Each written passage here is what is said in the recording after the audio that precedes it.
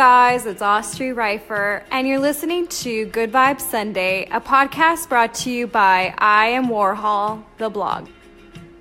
Globally, more than 300 million people suffer from depression, and 260 million suffer from anxiety disorders, many of which suffer from both conditions. Being that so many people are affected by this disorder, I literally wonder, why don't we talk about this more? You know, when a celebrity commits suicide, everybody posts their pictures and everybody's sad, but at the end of the day, it goes away and it's never talked about anymore. I just wonder, why don't we physically and mentally and emotionally and verbally go there and talk about this disorder? Why is it that every time I scroll through my feed, all I see are highlights, and we're all so overstimulated and addicted to everything that we see purely based on highlights of people's lives, and nobody wants to talk about this because it's negative. And I understand, every day shouldn't be a negative-filled day, but sometimes we just have to go there. So today I am, and today is the first part of a two-part series. So for part one, take a listen to Tony Robbins as he describes the process of overcoming depression and anxiety. Tony Robbins is a #1 New York Times best-selling author, entrepreneur, and philanthropist. For more than 37 years, millions of people have enjoyed the warmth, humor, and dynamic presentations of Mr. Robbins. My hopes are that you'll get a nice grip on Tony's message and that you'll bring that to next week's Good Vibes Sunday, where Adam, my husband, and I discuss how anxiety and depression has played a role in our lives at different times. And we're really just going to go there. Just be very vulnerable and open up about life situations that have happened and how we've been able to learn from those experiences, what works for us now, and just how we really get a grip on anxiety and depression when life situations are really pressing in upon us. All right, guys, so we'll catch you all next week, and we hope you enjoy this presentation by Sir Tony Robbins. Every one of us in our lifetime are experiencing extreme stress, and these days, because of the economy and the way we respond to it, the majority of people are experiencing some form of extreme stress, at least according to polls. Stress doesn't come from the facts. Stress comes from the meaning that we give the facts. Yes, those things have happened, but the real question is, if we fight what's happened, we got a problem. We got to decide, what are we going to do with what's happened in our life? How are we going to take this? How are we going to mold this? How are we going to turn our life around? Because when you come up with a new meaning, you get a new life. So what are we going to do in this session? Well, in this session, we're going to take a look at something from a different perspective. We're going to ask you this question. What is the single force that controls the quality of your life? If there was one gift our Creator has given us, or the universe, whatever you believe, what is it? What is the one power that you have right now in this moment that can change everything? You have it, I have it, we all have it. It's this one singular individual power that can change anything in our life, regardless of what's happened to us. And I know you know the answer. The answer is the power of choice. The one thing we have in this world is we can't control the events, but we can choose what to focus on, we can choose what things mean, and we can choose what to do. Those three choices, those three decisions really control our life. It's not so much the conditions of our life that control our destiny as much as the decisions of our life. Try for a second to think about something. Think about your life. And just think about, are there a few decisions? If I were to ask you 2 decisions you made in your life, that if you would have made a different decision, you would have a totally different life. It may be, a life may have been better or may have been worse, I don't know, but you would have a different life. I'm not asking you to buy into the fact that you should have known the answers. I just want you to see the power of a decision. How is your life better today because of a decision you made years ago, not just negative ones? Think about it. Sometimes a little decision changes your whole life. Like you decide one day to go to a certain school, and you go to that school or to go eat someplace, and you bump into the person that becomes the love of your life. Or you meet someone, and you decide as a result of that you're going to become a photographer or a software engineer or a business person or a doctor, a dentist, whatever. They impacted you, but you made the decision, that's what I really want. That's what my life's going to be about. And that decision has affected so much of your life. What you do, how you live your life, how you spend your time, what you earn or don't earn, who you attract into your life. beliefs you have all come from some of these little decisions. What you decide to eat from your dinner plate each night certainly determines your physical destiny, right? We all know that, at least to a certain extent. I know there's a certain amount that's genetics, but I'm talking about the stuff you and I can control. So decisions equal destiny. It's not our conditions, it's our decisions. So if we want a new life, if we want a new experience, we've got to make new choices. If you don't like the way your career is or your business is, change it. If you don't like your body, change it. You don't like your relationship, change you first. Because if you change it, you'll bring you to the next one. Maybe it's time to change it too, but change yourself first.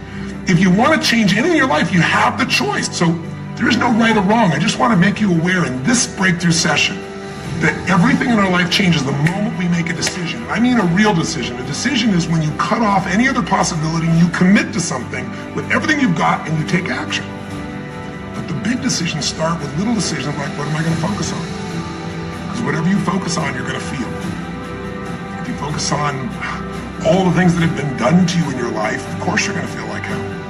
If you focus on all the amazing coincidences that have happened, things that maybe they were guided, maybe not, but things happen, and because of that, you met this person that's your best friend, your husband, your wife, or because of that, you have this ability, or because you were there that day, God, you missed an accident. I don't know what it is, but whatever you focus on, you're going to feel. If you focus on people don't care, and you'll look for reasons why they don't care, and evidence they don't care, you'll find it everywhere. If you look for evidence that people are really good people inside, that at some level we all care about each other, you'll find it. Seek and you shall find. The secret is, have you become conscious about your decision making? Because this breakthrough session is really, you want to change your life, make new choices. New life comes from new choices, but you got to make conscious choices. The people in this particular television special, Melissa and her husband, they really found themselves in a place where they were both making decisions, Melissa and Rick, that were unconscious. When you make decisions about what to focus on, what things mean, what to do, and you're unconscious, you get pretty terrible results usually. Now, we've all done this. I do it still. We all do. But if you want to change your results, you got to become more conscious in your decision making. So think about it. What you focus on, you will feel. Whether it's true or not. You focus on how people don't care, you're going to feel they don't care. Second decision you make is what do things mean. So you focus on something someone does and you come up with a meaning. And the meaning is, no one loves me. The meaning is they're trying to take advantage of me. Depending on what meaning you come up with, and you get to choose the meaning of anything. For some people, they say, this situation happened with the economy, and what that means is I'm going broke. Somebody else said, the situation happened with the economy, guess what? That means I'm going to work harder, I'm going to be more creative, it changed everything. Everybody else is going to quit, so we're going to dominate the marketplace. For people to do it. Is this the end right now, or is it the beginning? See, whether it's the end or beginning is your choice. You get to decide, because once you make up a meaning, it's true. If you think that this is the end of a relationship, are you going to treat people the same way as if you think it's the beginning of a relationship? No way. In fact, I tell people, if you want to have a great relationship, think about this. Treat people like you did in the beginning of the relationship, and there won't be an end. In the beginning of the relationship, when somebody says to you, would you take out the trash? What do you say? Of course, take out the trash. You're happy to do anything, right? But after about 6 months or 6 years, you're going to take them out the trash and go, what do you mean? What, I look like your janitor? Take out your own trash. The meaning we give things is very different, and so we feel different, and our life is different. In the beginning, you'll do anything for someone. Now you make up a new meaning. Why should I have to do that for them? Little choices, like what to believe about yourself, what to believe about other people, whether this is the end or the beginning, start to affect your whole life. And the third decision we make, we decide what to focus on, most of us unconsciously. We decide what things mean, and the third thing we decide is, what are we going to do? We decide to quit, because it's overwhelming. We decide to get strong and focus. We decide we're going to turn it around. We decide to wait and see. Ultimately, your destiny is determined by what you do. So, for example, what do you do if somebody comes to you one day and says, you have a tumor? Again, I've had that experience. I use that as a reference point because I've had a lot of intense experiences in my life, but that was one of the more intense ones for sure. Had many, but that was very intense. You know, first, what do you focus on? Do you focus on it's over? Do you focus on why me? Do you give it a meaning that says, I'm going to die? What do? Do you just go through traditional therapeutic approach? Do you put yourself in the hands of someone else? Do you evaluate this? Do you get a second or third opinion? Your destiny is determined by your decisions. Now, if you're a guy like Lance Armstrong, you focus immediately on, I gotta find a solution. The meaning you come up with is, this is the ultimate battle. And what you decide to do is you're gonna exhaust every possibility. Now, that doesn't guarantee you're gonna succeed, but it's interesting. When you have that kind of a mindset, it shifts you. And Lance Armstrong, I mean, he was told things like, look, you got tumors here in your brain, you got them in your lungs, right? You got, obviously, in testicles, and you ride a bike for a living. That's pretty tough. But he made it to all of those pieces. Now, am I saying because he made the right choices? I can't tell you that. There's certainly some grace in everything. I think in life, there's three things. There's our ability to choose what we're focused on, to commit, to get a result, to put all our intention and focus into something. There's our ability to do the right things, to have the right strategy, to execute. And then there's some grace. There's what some people call luck, some people call grace. There's, if you do the right things over and over again and with total focus, sometimes, you get good fortune that comes your way. And you tend to have more good fortune when you're totally focused and decisive and you take lots of action than if you kind of just sit around and accept things like you don't have a future. But the point of the matter is, this guy turned it around. What was he like after he got through this problem? After he had his breakthrough, after he faced cancer, racing against some other guy seemed like nothing by comparison. You're not much of a competitor. I faced death. And he goes on to win Tour de France after Tour de France after Tour de France, breaking every record anyone could ever imagine. What do you do, decades ago, half a century ago almost now, and someone says to you, go to the back of the bus, and you're African American? One woman just decided, you know what, you can't take my dignity from me. I can only give that up, and I don't choose to give it up, and I will not go back to the bus. The answer is no. And Rosa Parks changed an entire society. Because that day she chose to focus on something else. She gave it a different meaning. This is not a command. You do not have control over me. And she decided to fight. And she changed the direction of a country and of many other countries. She started something. We forget that you don't have to be famous to have the ability to change at least your own personal history, to change the direction we go in our life. We have the power to choose, even if you haven't before. You can finally say, no more. I won't put up with that, within myself or from anybody else. And here's what I'm going to do differently. That's where the breakthroughs really start to happen. Now the question is, why do some people stand their ground and make something change versus other people just kind of accept things? Why do some people make bold decisions and other people make decisions that are based on trying to hang on to what they've got? Well, that's a more complex question to answer than we might have in a few minutes in this one session, but it is one that I've spent my life studying, because when you can change your decisions, you can change your life. When you can change the force that controls your decisions, you can change anything in your life. At some level, we have certain beliefs and values. But if I was going to make it simple, I'd say there's two things that determine your choices. The first thing is the state of mind and emotion you're in at that moment. Think about it. Have you ever snapped at somebody and had nothing to do with them? It was just the state you're in, right? You're frustrated, you're pissed off about something, and in that state of mind, whatever they said got interpreted through that state, and you made up a meaning like they were an irritant or they were interrupting you. They weren't. You probably felt bad afterwards. When we get in the wrong state, we make the wrong decisions. When you get in a strong, empowering state, you'll make a better decision. Learning how to direct your state is a big part of what my work is with people, and it's a big part of what I do in my seminars. But the other thing that affects your decisions would be what I would call your story or your blueprint. We all have kind of a story about how our life is supposed to be. It comes from a set of life experiences, interpretations. Some people think life is all about getting theirs. Some people think life is about growing and contributing. Some people think life is about making judgments. Some people think life is about saving other people's lives. Some people think life is about being successful. Some people think God is the basis of everything, and the way to know God is to go through life in a very specific way with a set of rules, and they follow it. And that's what they believe. Whatever your story is, whatever your blueprint is just another way of saying whatever you believe is how your life is supposed to be, at some level, we either follow that blueprint or we fight it. If we follow it or we fight it, we're going to find that we're going to bump into things in life where life isn't always the same as we expect it to be or think it should be. And that's where we start to experience stress.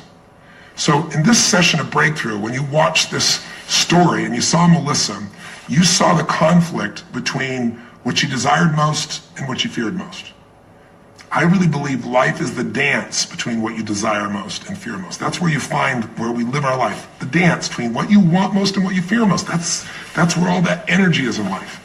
So, what does she want? She wants to be famous. She wants to be able to sing and have everyone hear her voice and be able to touch everyone. She wants to contribute. She wants to share her gift. And she definitely wants to be famous and successful. She needs to be closer to her children. And one of the big challenges in life is oftentimes what we want and what we need are two different things. She has 5 boys. They're all extremely young, as I'm sure you saw. And she has a husband. And while they're all supportive of her going on this journey, somewhere along the line, she lost that connection to what was most important. Now, is she a bad person to make bad decisions? No, good people make bad decisions when they get in lousy states, when our ego gets involved, or when we start believing our story. And here was the story she had. Being a mom's important, but the bigger gift God gave me is my singing voice.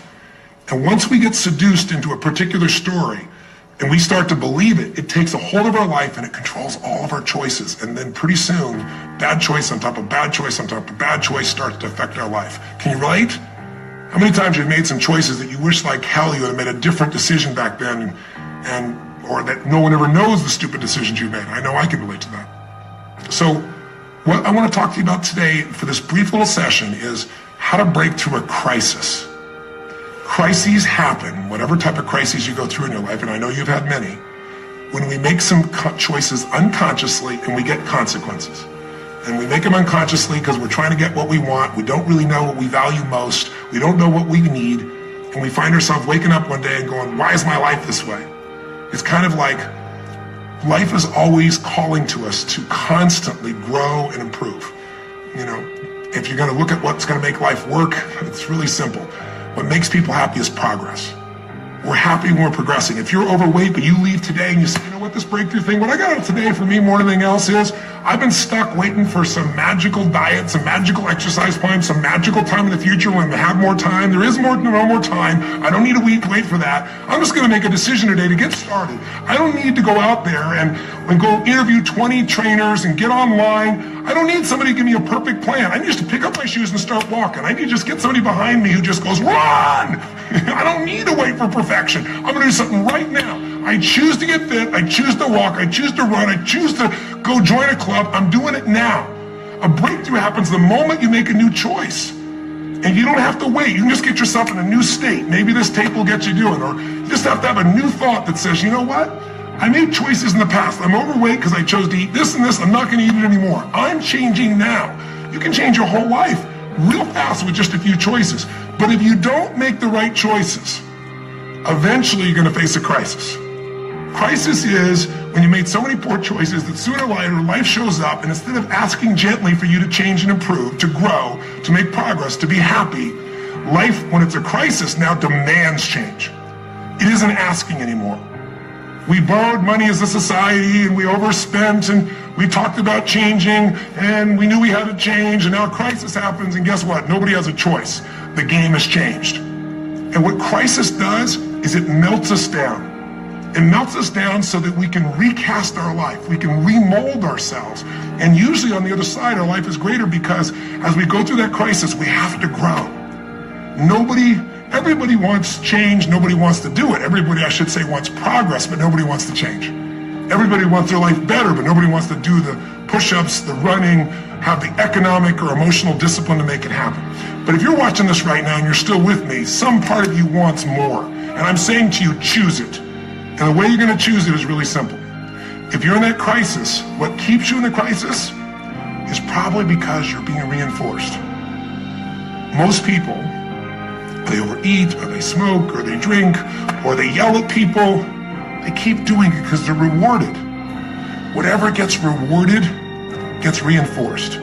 Whatever habit or behavior is reinforced becomes a habit, and then pretty soon, do it long enough, it becomes part of your personality, and pretty soon you think it's who you are, and you just keep living that way. I mean, it's easy to see this in other people, right? It's easy to see how messed up they are and how easy they could if they just make some new choices. All you gotta do is turn on the television, some news program, some entertainment program, and you'll hear detailed descriptions about some person who is very powerful celebrity who is doing some stupid thing. Why do we see all this stuff on television? Why do we hear about every person you can imagine, from Lindsay Lohan to Britney Spears to all the way back to the old days it was Elvis or Michael Jackson or whoever it is that's in the news today in this stage of life in your country as you're watching this? It's because we want to see other people who make bad decisions so we can feel better about our own. But the reason those people don't change, Lindsay Lohan, she's got another DUI, she's putting herself at risk, she's putting other people where she could kill someone. She goes to jail, it's supposed to be 90 days. But here's the consequence, it goes to 2 weeks. And before she even gets out of the jail, she makes a deal for an interview and gets paid $1 million when she gets out for the interview. What do you think the chances of her changing when her bad behavior gets her $1 million, and I don't know if she even makes that for that much time of acting at this stage? What do you think the chances are when people around her say it's not your fault, it's not fair, they treat you unfairly? As long as we have the decision that we're not responsible, it's not our fault, we can't change anything. We have no power. So I don't know by the time you watch this if Lindsay will have changed, but if she did, it'll be because the enablers are gone, she's taken responsibility, and she's found something she values more than attention and money for bad behavior. Now, it's easy to look at that with her, but what about you and I? Where are you and I addicted to our problems?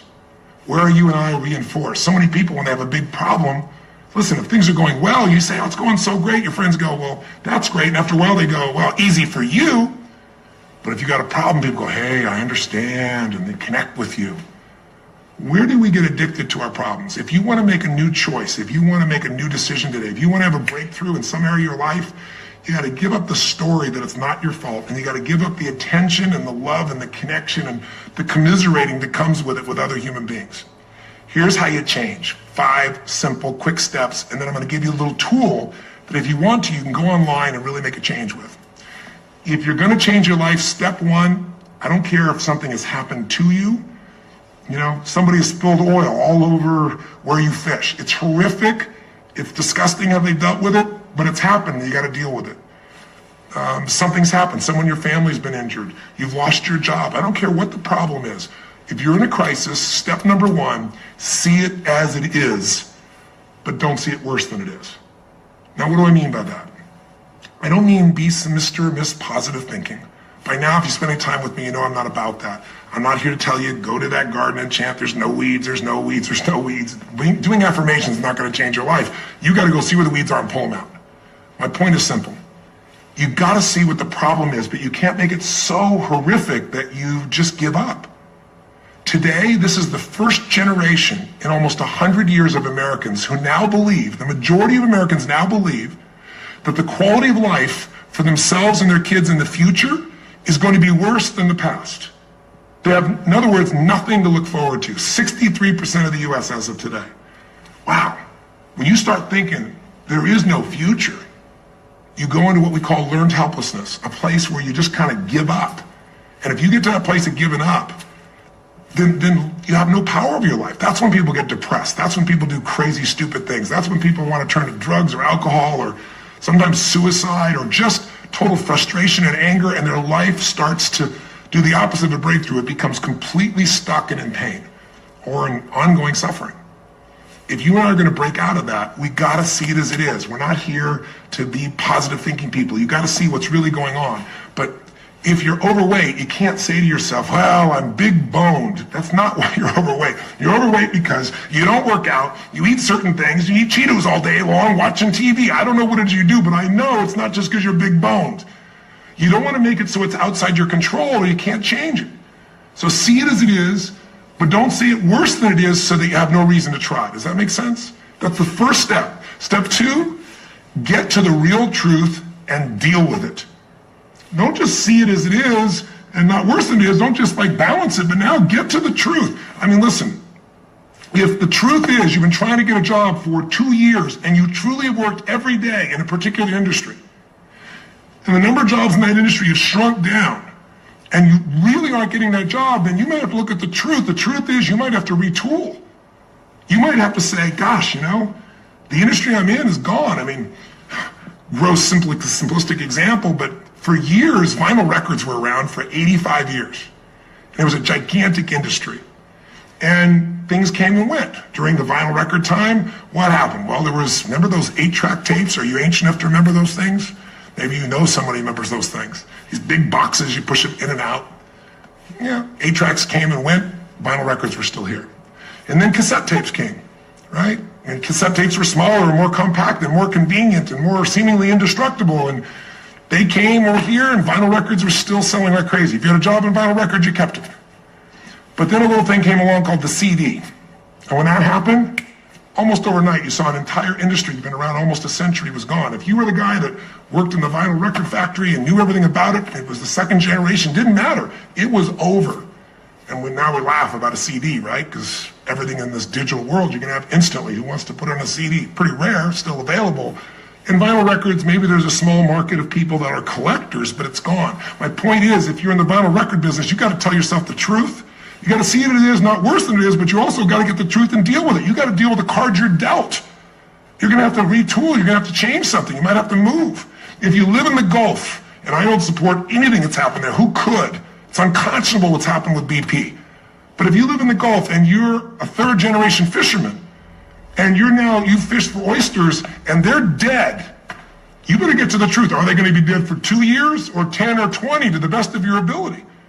And you might say, well, I can't do anything else. I can't. I'm a third generation. This is all I know. Yes, you can. Get to the truth and deal with it. Deal with the card you're dealt with. You got to deal with it, sure, I'm sure legally. But in the meantime, you got to take care of your family. I'm not saying this off the cuff easy because I've been in those situations where it's impossible, it's unjust, it's wrong, but I still got to deal with it just like you. Am I making sense?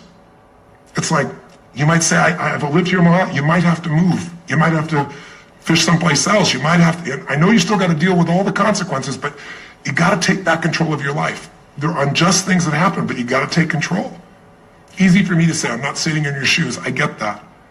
But who hasn't experienced some form of injustice someplace? Who's not dealt with something unfair? Who's not dealt with something that wasn't meant to be unfair, but it affected your entire life, your career, your finances, whatever? You got to tell yourself the truth, and you got to get to those dealing with the reality right now. The longer you wait, the longer the crisis will be. If you're having an economic crisis, got to deal with it. Got to downsize, right size, do whatever it takes. And I say, okay, Tony, well, so far you're telling me don't allow myself to make it so bad I don't try, see it as is, but don't make it worse than it is. And you're telling me get to the truth and deal with it. Well, that's nice, but how do I do that? Maybe the third step, more than just getting the role model, maybe to be more specific, is get a vision first. Get a vision and get strong. That's what I think your third step should be. You first tell yourself the truth. Yes, see it as it is, not worse than it is. Tell yourself the truth and deal with it. But the way to deal with it is say, what am I going to go for? There's got to be a compelling future. I got to come up with a vision for my life or a vision for my relationship. I've had terrible relationships, nothing's worked. Tell yourself the truth. I've made poor choices, or I've told myself stories and gave myself excuses, or I've not had the courage, whatever it is. Get to the truth and then get yourself a vision for what you do want. Because you have to have something you're going to move towards. Does that make sense? Without a vision, people perish. It says in a very good book called The Good Book. And I know there are many good books, but that's a good one to take a look at. We need something to go for. We can deal with any problem today as long as there's something that we can look for in the future that we can strive for. It'll give us the emotional and psychological fuel, the juice, to keep moving forward. So you got to come up with a vision, and a way to do that, we'll call that step 4. Get a role model. You might get the vision from a role model. You might get the vision just from coming up with a new idea.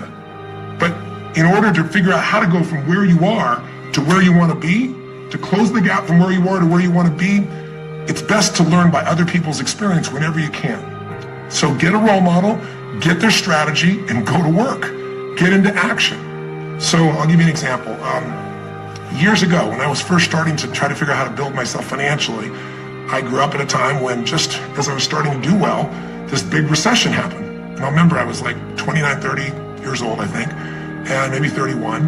And I was doing okay, and then all of a sudden there were all these business challenges because we went through this severe recession back in those days. And I remember at the time everybody was downsizing and freaking out, and I thought, you know what? I don't want to just settle for this. I want to find a way to do well. Who's done well in really tough times? And so I started doing my homework. And in those days, you didn't go out and use the internet the way you do today. You couldn't access all that information. We actually went to libraries and did research in traditional ways. I'm ancient enough to remember those days. And I started hearing about this man named Sir John Templeton. very famous man. He's a man who became a multi-billionaire as an investor. He started with nothing. But what was interesting is when I started to find out about his story, because here's a guy that when he's a young man, he's called Sir John Templeton now. He was actually an American originally, and he wasn't Sir. He came from a very poor family, and he just decided that in his life, he wanted to not only do well financially, he wanted to do so well he could help other people at any level that he wanted. And today, by the way, he's passed, but before he did, he created the Templeton Fund, and he also created a fund that now delivers money, gives money each year, the Templeton Prize, to people that do good spiritual works, and it's larger than the Nobel Prize, and it continues to go on. But the guy started with nothing, and here's how he did it. Listen to me now. The reason I look for him as a role model is because he made all his money in the worst of times. He made all his money when people were going through the equivalent of the deepest recession or depression possible. His whole belief was, and this is different than almost anybody else you see around you, was pessimism was the secret to success. That what he wanted to do was make money when people were most pessimistic. Because when people are optimistic, they want you to pay for their house a huge sum of money. But as they start getting more and more pessimistic, where pretty soon they think they can never, the house is the worst thing to have, they'll virtually give you the house. They'll virtually give you the business. And so he made all his money starting in World War II.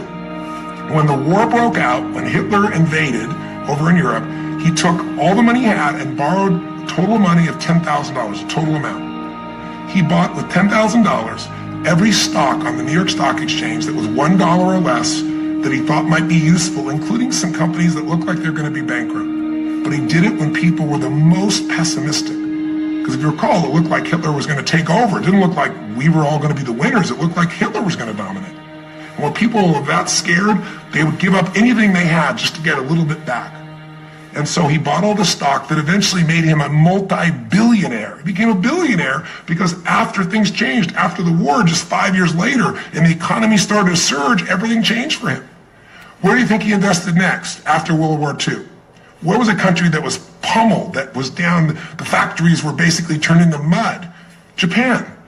You could buy things for pennies in Japan that would have cost you hundreds of thousands of dollars before, and he did.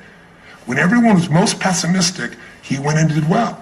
And then he sold when the 80s surged and when everybody thought Japan was the greatest country on earth and had the biggest businesses, he sold and made his maximum profit when people were overly optimistic. He did the same thing down in South America when inflation went crazy. This man spent his entire life basically having a strategy of how to succeed when everybody else was scared. I tell you that because he's a role model. What he did, how he did it, it's all in writing, it's crystal clear. You could do the same. But you won't be able to do it when you're telling yourself the sky is falling and it's over.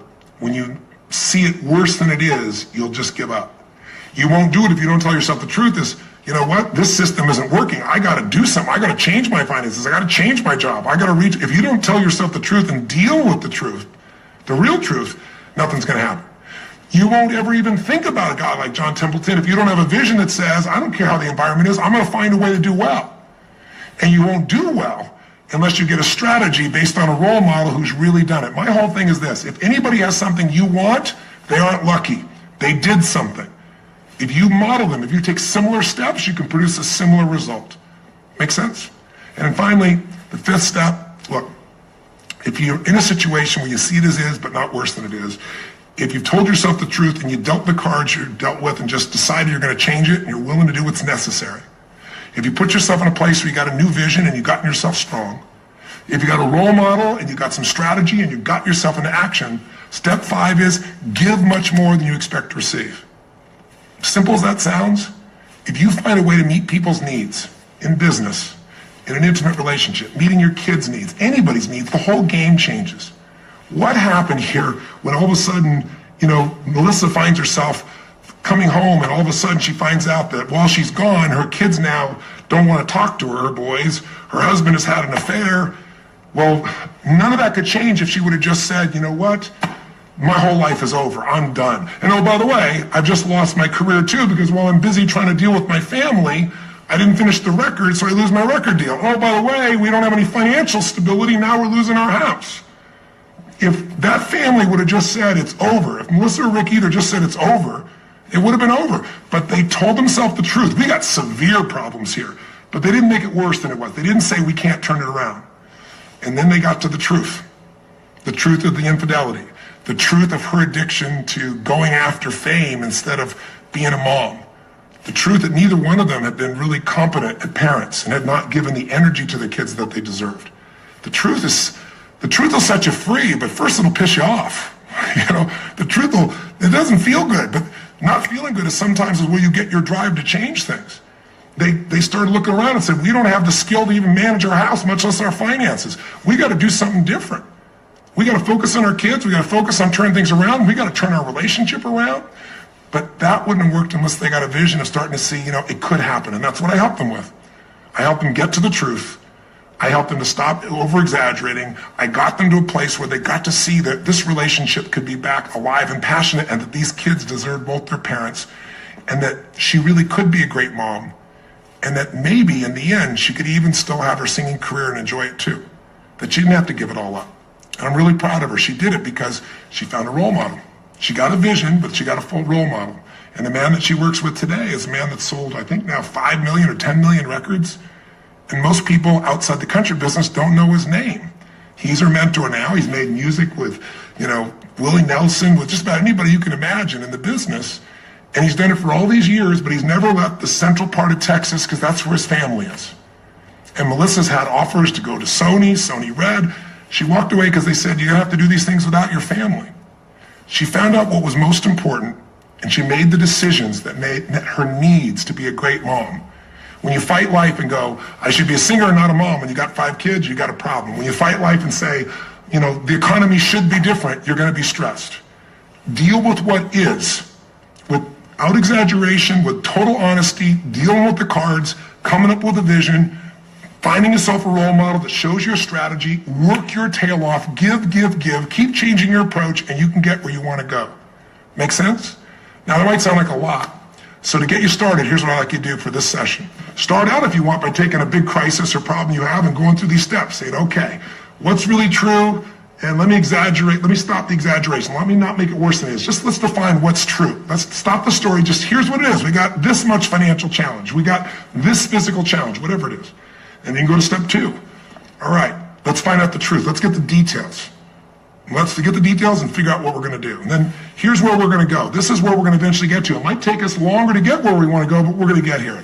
Who's done it that we can model, that we can follow the steps in, who can coach us? And let's just work our tail off and change every day.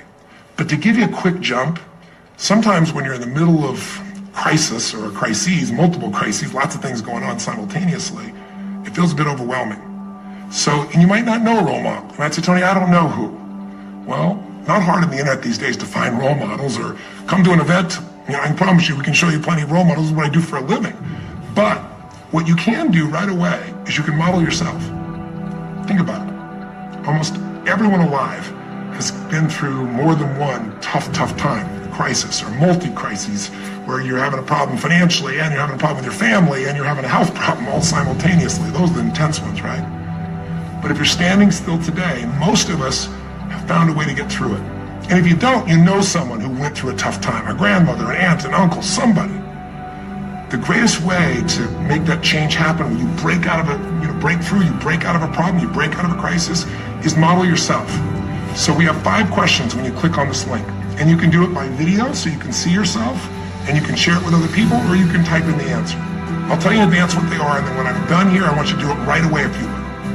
The first question is, what's been one of the toughest times in your life?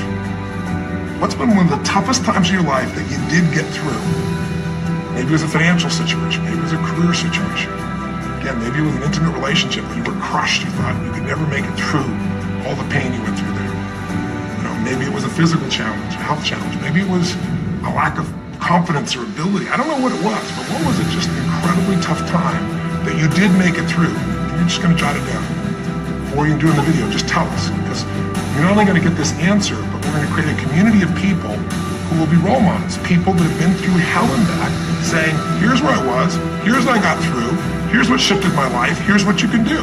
We're creating this community as our gift to you, so that this isn't just a discussion that's one way. Really, I want to do is start a conversation with you where we can help each other. So that first question is, what's a crisis? What's a challenge? What's a tough situation you eventually made through, but it really was difficult for you?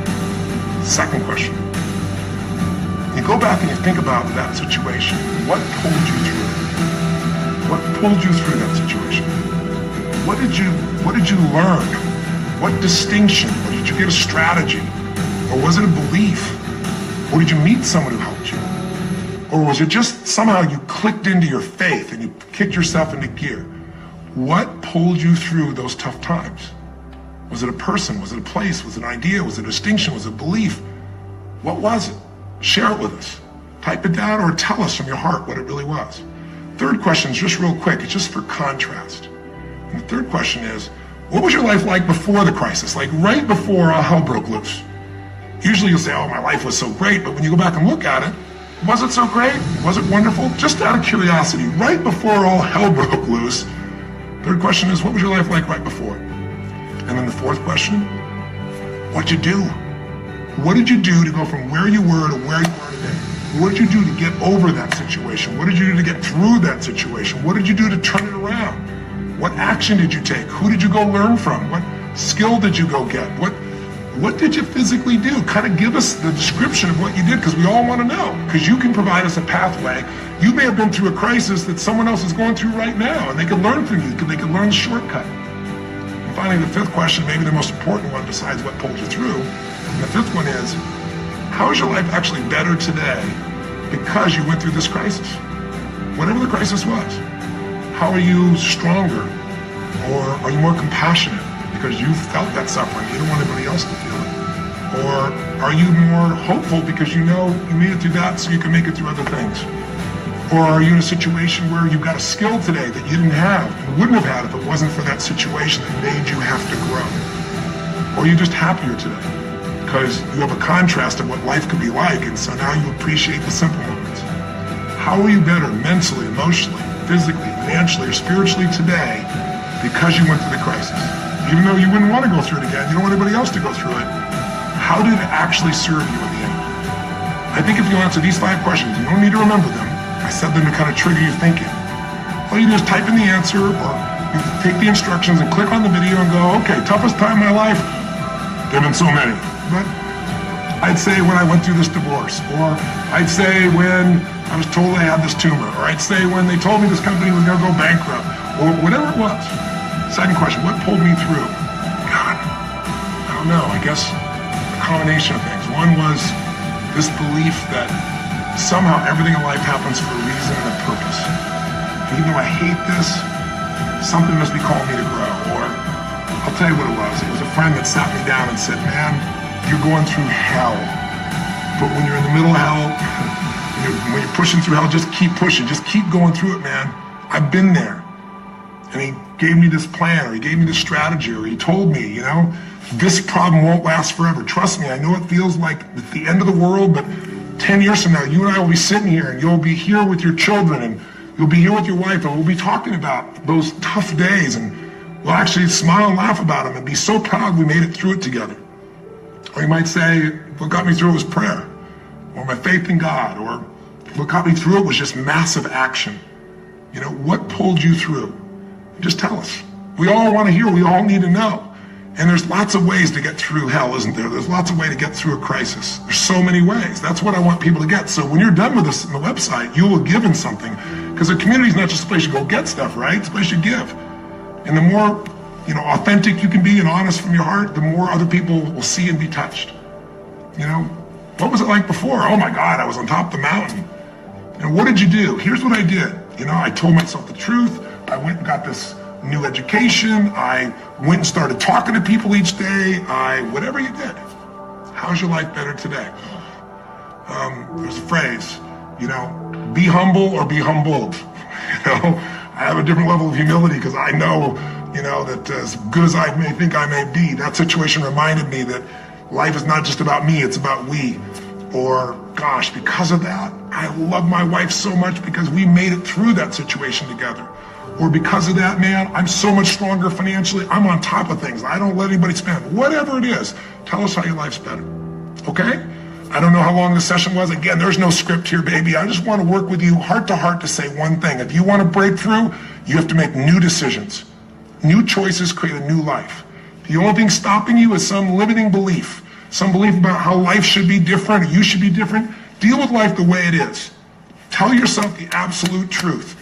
Don't make it worse than it is. Tell yourself the truth. Deal with it. Get a vision. Get strong. Get a strategy. Get a role model with a strategy and get into action, and then put your focus on taking action every day. Giving. Change your approach. You will get there. Go to the Power of Crisis right now. Click in. Give us your message and the answers to 5, and look at other people. You'll find people who've been through things you can't imagine. A woman talking about how one day she was home and a man came in, and to try and save her children from being hurt, she had to let him rape her right in front of her kids. And when her husband found out, he came home, he was so upset he left her. And then she developed cancer. I mean, you'll see some stories here that'll blow your mind. And today she's the most happy, incredible woman, and she's helping other people who have cancer to get through it. She's healthy and strong. Her kids are strong. We need those kinds of role models. So whether your story is little or big, there is no little or big. We all need a pathway of power. And this will be a gift to yourself, because it'll activate your resources, and it'll be a gift to other people as well. So that's our session. The power of decision, the power of choice, how to face a crisis and turn around. It may not sound like rocket science. It's not. It's just called the truth. And the truth will set you free, as they say. So live strong and live with passion. Thank you for tuning in, Good Vibers. And be sure to subscribe to Good Vibes Sunday by downloading the podcast app found at the App Store. Catch you all next week. Have a happy Sunday.